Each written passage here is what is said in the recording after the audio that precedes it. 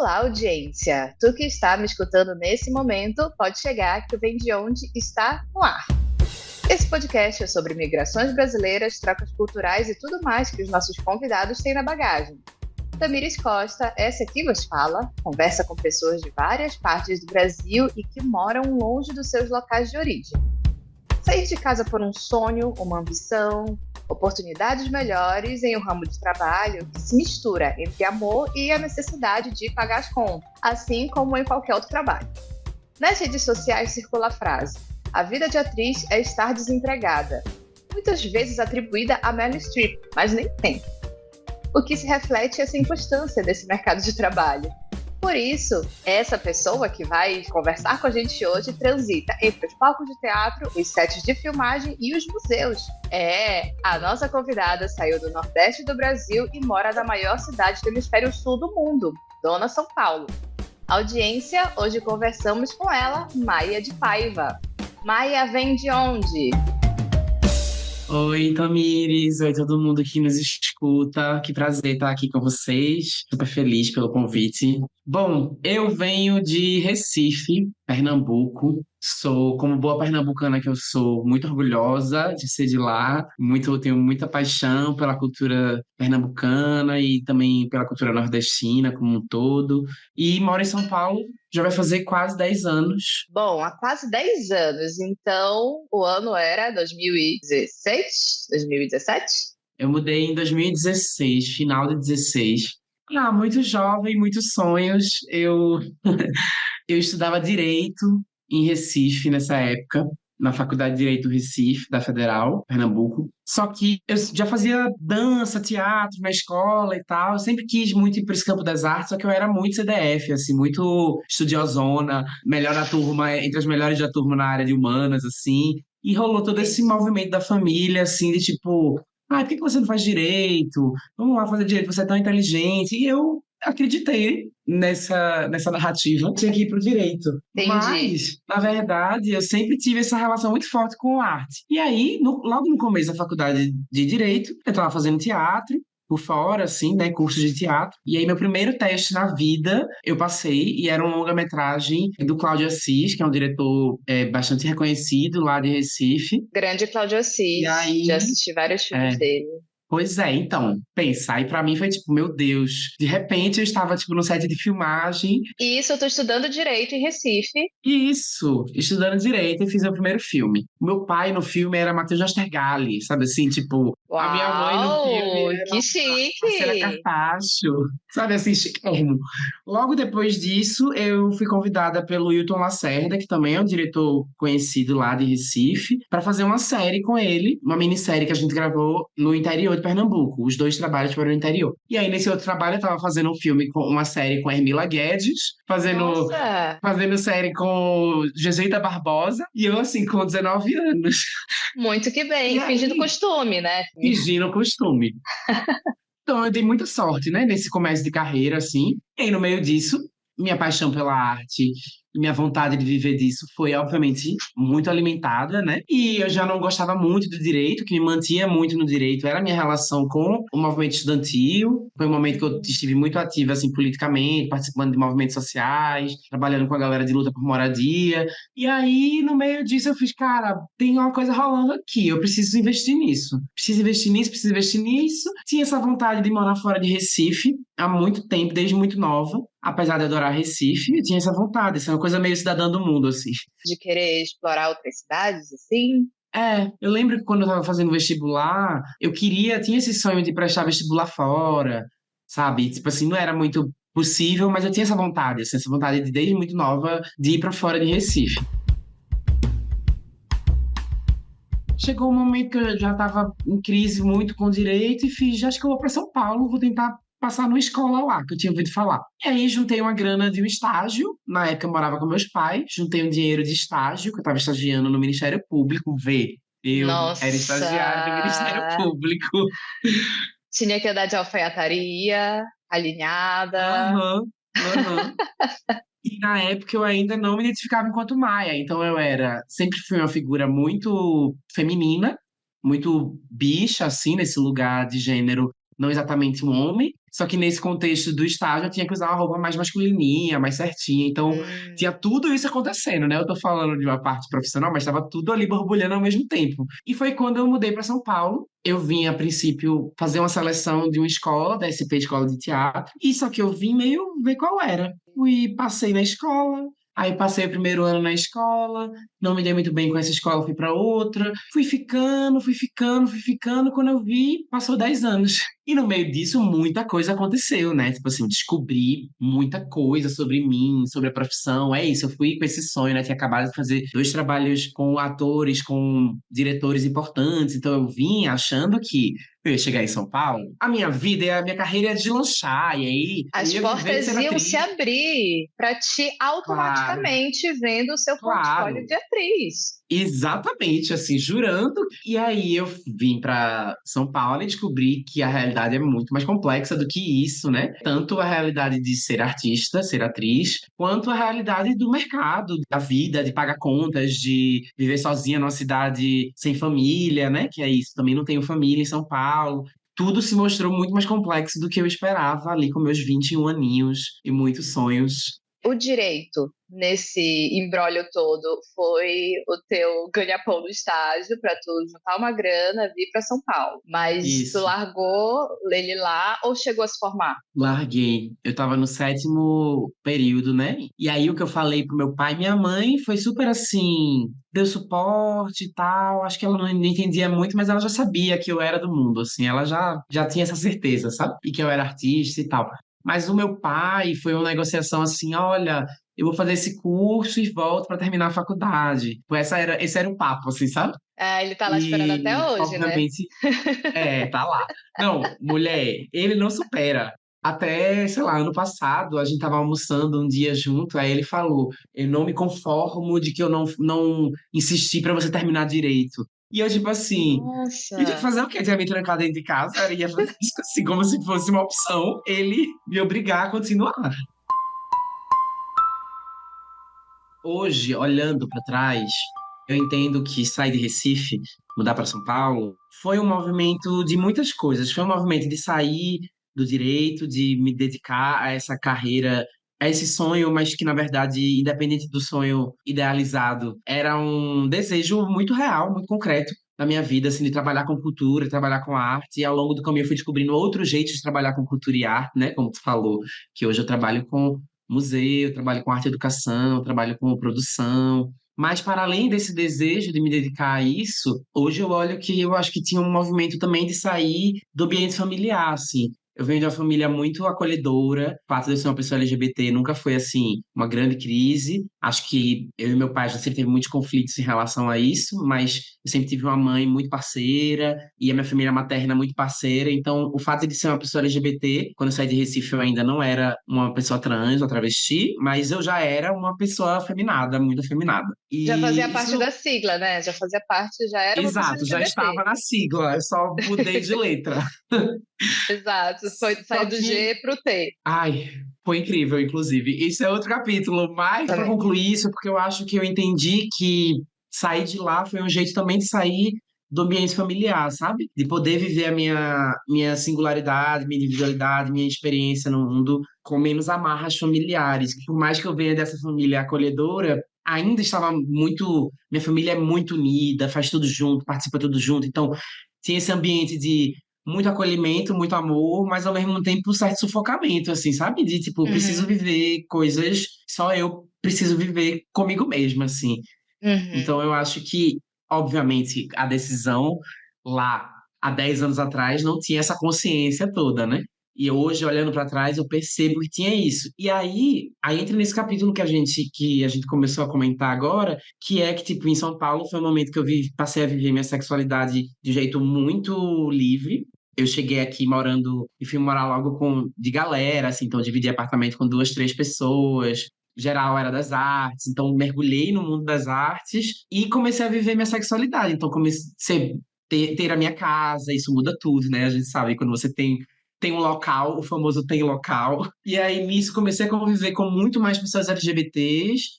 No direito, eu já convivia, tinha muitas amigas LGBTs. Mas aqui, quando eu venho para São Paulo, eu começo a viver, ficar imersa nisso, né? Eu passo a viver no mundo da arte, frequentando espaços LGBTs toda hora, morando com pessoas LGBTs. Então, eu vivi essa experiência muito radical. E isso proporcionou que eu começasse a me repensar enquanto pessoa no mundo, assim. Comecei a entender que esse desconforto que eu tinha com ser lida como homem, né? Tipo, eu nunca usava roupas totalmente masculinas, eu usava até barba, bigode, mas, tipo assim, era muito afeminada, então sempre esse não lugar que eu habitava, né? E comecei a viver esse não lugar com mais radicalidade, porque aí morando sozinha e não estando mais no direito, eu não precisava mais me vestir de um certo jeito para corresponder à expectativa do direito, à expectativa da família.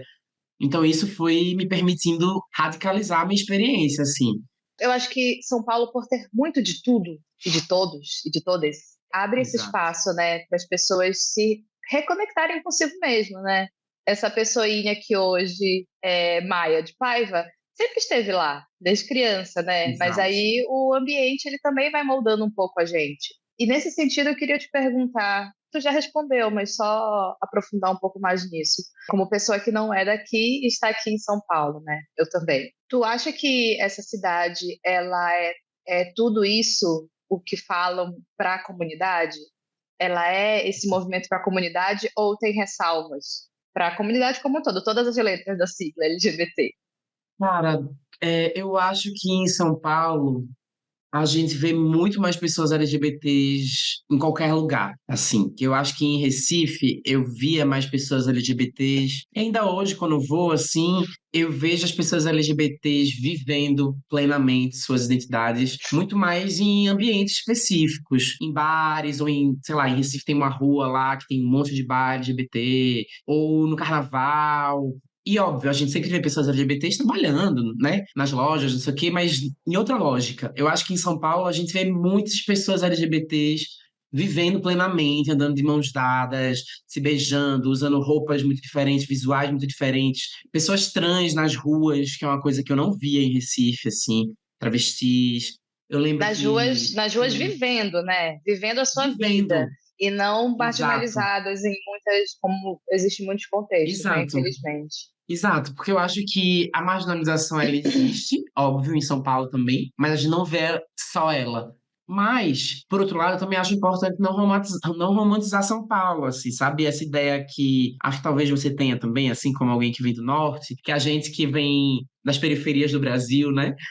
A gente tem sempre essa ideia de que São Paulo é esse lugar onde tudo acontece, onde tudo funciona, onde a vida. Essa ideia que é vendida pra gente, né? Exato, o Sudeste em geral, né? Também tem um detalhe que eu acho que São Paulo tem, o centro de São Paulo, principalmente, tem muitas pessoas LGBTs, que vem muita gente do Brasil todo, né? Muitas pessoas LGBTs do Brasil inteiro vêm para cá. Eu gosto de pensar São Paulo também como esse lugar de encruzilhada mesmo, assim, uma encruzilhada do Brasil, aonde vem gente do Brasil inteiro e você constrói laços com gente de diversos lugares, experiências muito diferentes e a gente se encontra. Eu acho que a comunidade LGBT vem muito para cá por isso também, porque é um lugar que o Brasil é um país muito violento para as pessoas LGBTs e para as pessoas trans, então, e é um lugar que você consegue de alguma forma acessar um pouco mais de dignidade. Cara, eu tô pensando aqui assim, e é muito doido, porque conversando contigo eu tô, tipo, lembrando, sabe, da chegada, lembrando de tudo. Eu conheci essas pessoas, mas eram, tipo, literalmente conhecidos. Tipo assim, Entendi. esse menino que me recebeu no começo era um menino que foi em Recife, que ele foi fazer alguma coisa na UFPE, a gente se paquerou, nunca chegamos a ficar, mas, tipo assim, era um conhecido, literalmente uma pessoa que eu conhecia, tipo assim, não tinha intimidade, não era um amigo. Entendi. Então, eu fui muito cara de pau no começo, assim. Tipo, eu chegava pra galera, esse menino, eu cheguei pra ele e falei, ei, tô querendo fazer uma prova aí em São Paulo. Que rola ficar aí no sofá da tua casa uns dias? Aí rolou. Aí depois, passei na prova, aí perguntei pra galera da minha turma, lá na SP Escola de Teatro, se alguém conseguiria me receber por uns dias até eu achar um lugar pra morar. Aí na época, eu estava fazendo um curso, me inscrevi num curso do Sesc, isso, só cursos assim, gratuitos e tal, né? Aí me inscrevi num curso do Sesc, E durante o curso, tinha um menino do curso que tava procurando alguém pra dividir apartamento. E ele era ator, não sei o quê. Aí eu fiz, será que eu fui me enfiando, entendeu? Muita gente da minha família às vezes fala isso, tipo, como assim tu vai morar com uma pessoa que tu não conhece? Mas isso é a coisa mais normal que existe quando a gente está numa cidade grande tentando sobreviver, entendeu? É. Ou a gente mora sozinha muito longe, ou a gente divide casa com um desconhecido mesmo para morar mais perto, para Exato. achar um aluguel. Exatamente, exatamente isso. E, tipo, também morar no centro, pra mim, era importante porque eu gastava muito pouco me deslocando, né? Eu andava muito de bike, ia muito a pé pros lugares. Aí, no meio disso, eu também conhecia um ator do Teatro Oficina, de Recife, mas eu sabia quem era. Aí, Entendi. tipo, colei nele, mandei mensagem, oi, eu tô em São Paulo. E aí, é muito engraçado, porque Ciro é muito meu amigo, ele é de Olinda. Ele é muito meu amigo até hoje, só que ele lembra que na época que eu cheguei em São Paulo, eu mandava mensagem, tipo, praticamente todo dia. E aí, amigo, vai fazer alguma coisa hoje?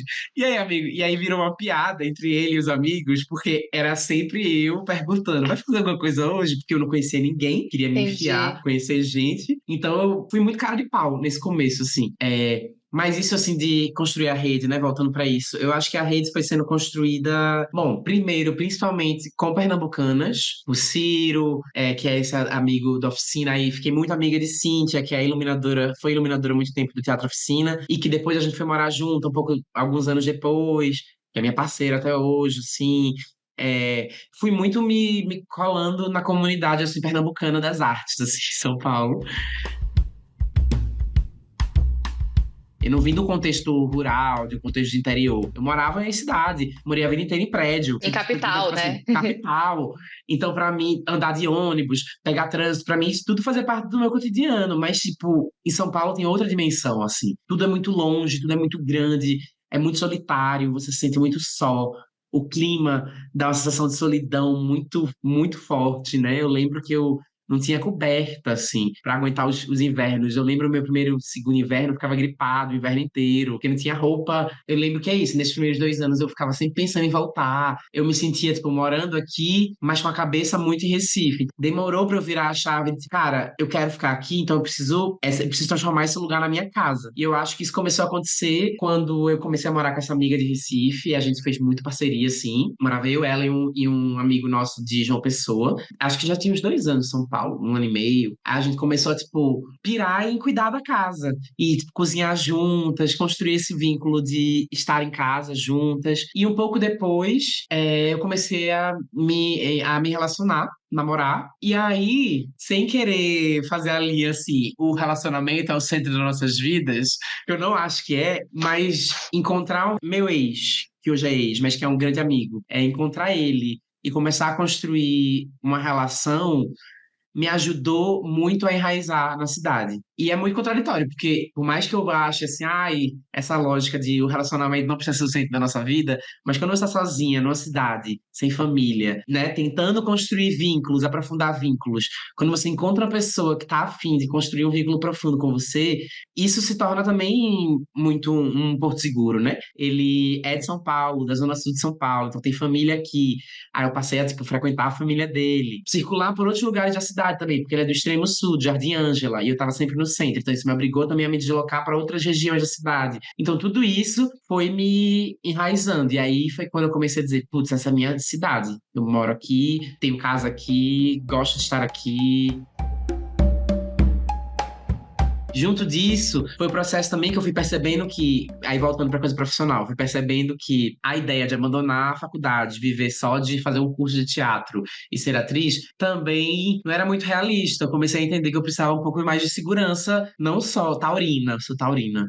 Taurina gosta de segurança. E aí eu comecei. Estabilidade. Exatamente, gosta de rotina, estabilidade. E eu comecei a entender que, tá, então eu tô começando a me estabilizar afetivamente, emocionalmente, preciso me estabilizar também profissionalmente, se eu quiser me manter aqui. E aí foi quando me veio a ideia de voltar a estudar. Prestei vestibular e passei na USP em filosofia, porque artes cênicas era um curso integral, é um curso manhã e tarde, para mim não tinha condições, eu precisava trabalhar, eu já estava trabalhando. Trabalhei um tempo em restaurante vegano, que eu tinha uma amiga minha que era vegana, tinha rede, tinha contato com restaurantes, não sei o quê. Aí trabalhei no Teatro Oficina, fazendo bilheteria. Aí consegui uma companhia de teatro de infantil. Então, circulava alguns aparelhos culturais da periferia de São Paulo fazendo infantil. Só que eu precisava de alguma estrutura que me ajudasse a projetar uma melhoria de vida, né? E só que eu fui para fazer faculdade também pensando em... eu precisava fazer uma faculdade pública, obviamente, porque não ia ter como pagar essas universidades caríssimas. E também, fazendo universidade, eu poderia ter acesso a passe livre ou meia passagem, a bolsas na universidade, a conseguir estagiar. Então, eu entrei na faculdade também já pensando em estratégias para me manter em São Paulo. E aí, quando eu passei, aí foi isso. Eu comecei a ter passe livre, e aí logo depois do primeiro ano de faculdade, eu consegui um estágio. Ah, foi na época que a gente se conheceu, na verdade. Foi? Antes disso, foi logo de entrar na faculdade, aí eu passei para trabalhar no museu, no MIS, no Museu da Imagem e do Som. Foi onde a gente se conheceu. No MIS foi o primeiro museu que tu trabalhou? Isso. Eu também. Tu também? Olha, pois é. E aí, tipo, ali eu tava já fazendo faculdade, porque é isso, eu comecei a entender que para entrar, eu tava um pouco interessado em trabalhar em outros campos de cultura. Eu sabia que tinha amigos trabalhando em SESC, não sei o que. Putz, eu acho que eu queria, poderia ser legal. Fui pra faculdade também pensando nisso, que eu precisava da faculdade para conseguir trabalhar nesses lugares. E aí foi isso, aí comecei lá no MIS, aí logo depois consegui um estágio no SESC Pompeia. Aí veio a pandemia e esse estágio me salvou, porque eu assinei contrato uma semana antes de começar o fechamento de tudo da pandemia. Então, quando entrou a pandemia, eu estava contratada do SESC como estagiária. Nossa, entendi. Já como estagiária, então não era um contrato temporário, assim, né? Exato, eu era estagiária do SESC. E aí, isso foi também a grana que eu fiquei, me manteve na pandemia, porque aí teve esse estágio, até agosto, sei lá, do primeiro ano de pandemia, e teve a bolsa do governo, auxílio emergencial. E aí depois, o estágio acabou. Aí logo depois eu passei no estágio, uns 4, 5 meses depois, passei no estágio no Itaú Cultural, que era uma política afirmativa, inclusive, que era uma vaga para pessoas trans. No meio disso, tudo isso, eu transicionei. Fui vivendo essa transição, fui me percebendo. Quando eu entrei no MIS, eu já era maia, né? E aí fui trabalhando em museu, aí fui emendando, assim, né? Fui do MIS pro SESC, depois fui pro Itaú Cultural, aí fui pro SESC Avenida Paulista.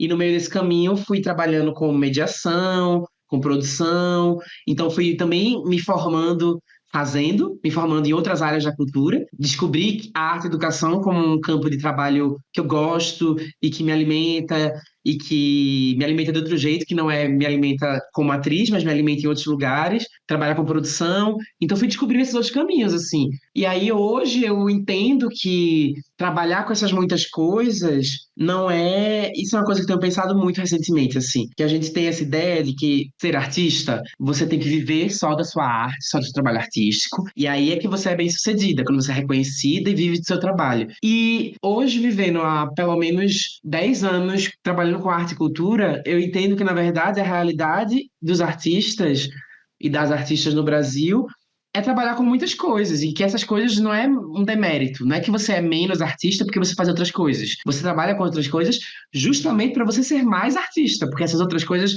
nos ajudam a ter estabilidade, nos ajudam a ter continuidade e viver com dignidade, né? Porque, tipo, a gente sabe que trabalhos artísticos, eles têm fluxos. Às vezes vem, às vezes não, marés, né? Maré alta, maré baixa. E quando a maré tá baixa, o que é que a gente faz? A gente precisa continuar vivendo.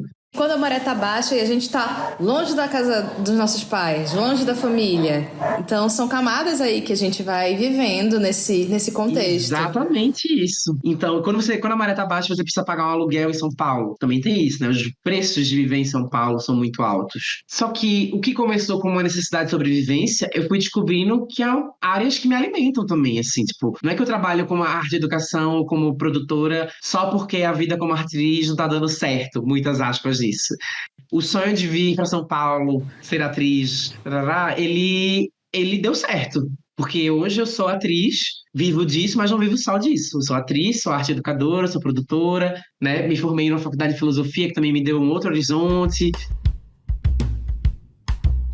O sonho de atriz, ele te ampliou, né? Estar aqui, estar em São Paulo, Exato. Te amplia os horizontes e as coisas se conversam, né? As coisas se complementam. Te ouvindo falar, eu pensei que eu precisei me assumir a artista que eu sou, para que essa artista assumir essa artista significasse me movimentasse a mudar de cidade e a conhecer outros campos de atuação, a me conhecer de outro jeito. Tipo, tudo isso foi a Maia atriz, o sonho de ser atriz, que me possibilitou, né? O desejo de ser artista me possibilitou me conectar com outros horizontes de mim mesma, da profissão, das relações, sei lá. E nós viemos, eu vim de Belém, tu veio de Recife, nós viemos de um contexto de uma efervescência cultural muito forte nas nossas cidades. Mas eu acho que São Paulo proporciona pra gente a institucionalização da cultura, os SESCs, os equipamentos culturais todos, eles proporcionam que a gente também possa se aprofundar nesses bastidores da cultura.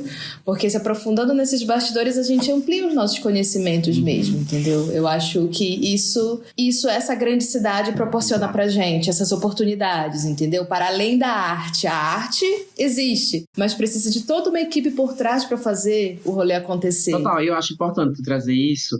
Uma vez eu tava conversando com um amigo de Recife, eu vou lá pelo menos uma vez por ano, né, e tal, e um amigo que é artista em Recife, fotógrafo, realizador audiovisual, e ele tava falando disso, assim, tipo, que eu acho que a gente também vem pra São Paulo, nessa coisa, só dá pra viver de arte em São Paulo. E quando tu traz essa coisa da efervescência cultural, eu acho que isso pra mim reafirma que não, na verdade. Dá pra viver de arte de outro jeito, em outros lugares, como tenho muitos amigos e amigas vivendo de arte em Recife, com outras estruturas, em outras dinâmicas. Não é a mesma daqui. Mas, de fato, o que São Paulo tem é muito dinheiro mesmo sendo investido na cultura. E muitas instituições, uma estrutura muito, muito organizada e que tem muita grana. Então, essa estrutura, ela é uma estrutura que, diga-se de passagem também, depende muito da cultura produzida fora daqui, né? Porque é só a gente abrir um catálogo de um museu, de um SESC, de um centro cultural, o que tem de artistas do Norte e Nordeste, né? E atrações. Então, tipo assim, essa estrutura daqui também depende da produção que está sendo feita lá, para existir. Sem entrar na seara do fetiche, né? Sem entrar na seara do cartunesco, Exato. de todo... do exotificante, né? Do exotificante. Exato. Mas ainda com tudo isso, ainda com toda essa exotificação, ainda com todo esse lugar fetichista, depende da produção cultural de lá. Porque o que seriam os centros culturais de São Paulo sem os artistas do Norte e Nordeste? Centro-Oeste, os artistas de fora de São Paulo, né? O que seriam esses centros culturais sem a produção artística de fora daqui? Então, assim, aqui tem a estrutura, aqui tem muita estrutura e tem muita grana, mas a efervescência cultural que tem aqui a efervescência cultural que tem em Belém, tem em Recife, tem em Fortaleza, né? Salvador, Manaus, é outra efervescência cultural. É outra coisa. Então, é isso. Eu acho que vir para cá proporciona esse acesso a essa estrutura. Inclusive para a gente, eventualmente, retornar com esses acessos e acessibilizar nossas manas de onde a gente vem a acessar esses lugares que a gente está acessando, né? Então, e eu acho também que essas estruturas, elas... É uma coisa que eu fui percebendo também, que essas estruturas, elas querem pessoas de fora e aí trazendo de volta para a perspectiva das pessoas LGBTs, né? Hoje em dia é muito... Essas instituições, elas querem ter pessoas LGBTs, sobretudo pessoas trans, ocupando alguns lugares, né? Não os lugares de maior poder, mas os lugares de diálogo com o público, né?